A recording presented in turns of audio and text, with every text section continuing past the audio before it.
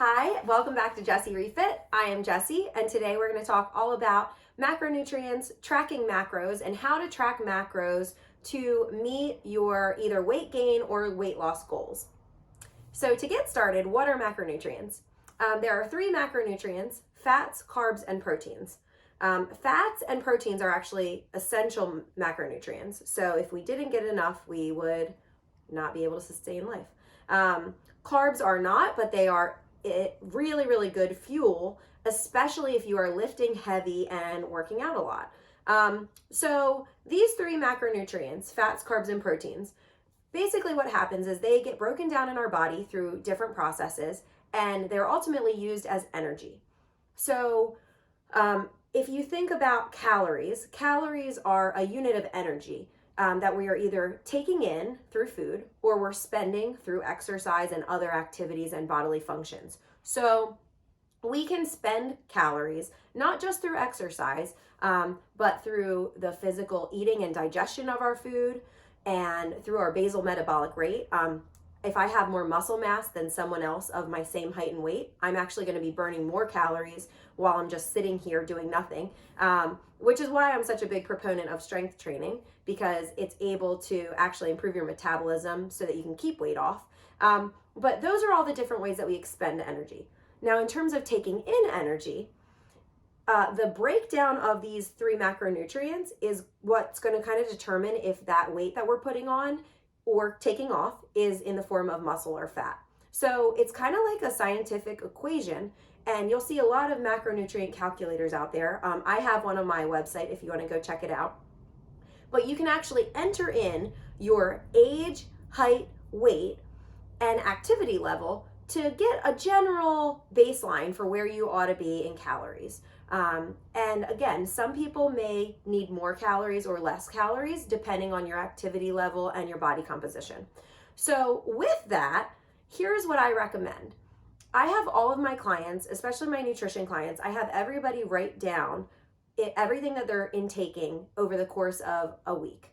And this is a normal week, not trying to impress anybody, just to get a baseline. So you want to track a normal weekday when you feel like, okay, I packed my salad for lunch at work, I did really good today. You also want to track your weekends or your nights out drinking. Like, I want an average baseline week. And the reason that I have everybody do this is because typically we aren't as aware of what we are consuming as we think we are. Every time I do this, I surprise myself, because you have little habits here and there where you just pick something up when you pass it on the counter, or we drink a lot of calories oftentimes through juices and things that have added sugars. So get your baseline first. Then go ahead and use that calculator on my website. That one is set, I think for most of them, around 25 or 30% of your caloric intake would come from caloric intake would be in the form of proteins. But to get even more granular, I would track proteins based on your body weight. So what you want is 0.8 to 1 gram of protein per pound of body weight. And you don't need that much to sustain life. You don't need that much even if you're exercising. I would say 0.6 is the minimum, but I recommend 0.8 to 1 gram in order to lose weight if your goal is weight loss and sustaining muscle. So the way to do that math, just take your weight times 0.8, and that's how many grams you should be eating on average per day. So if you set that as your target and you meet your caloric goals, you tend to be in a pretty good place. Now, the other two macronutrients you can tweak here and there, and that's going to depend on your body type. So I don't push that as much, because some people tend to do really well on a ketogenic diet where they have higher fats and lower carbs.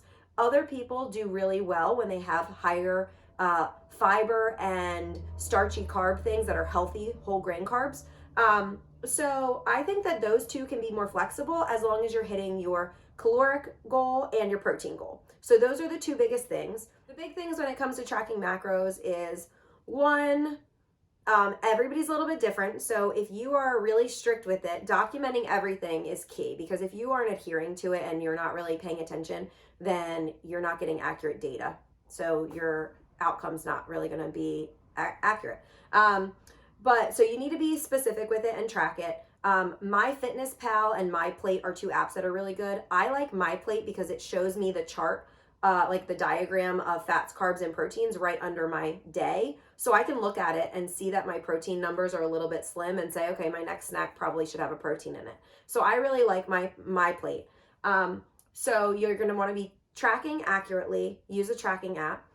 And then you can tweak accordingly. So again, I said this is kind of like a scientific equation where you're changing just one factor at a time.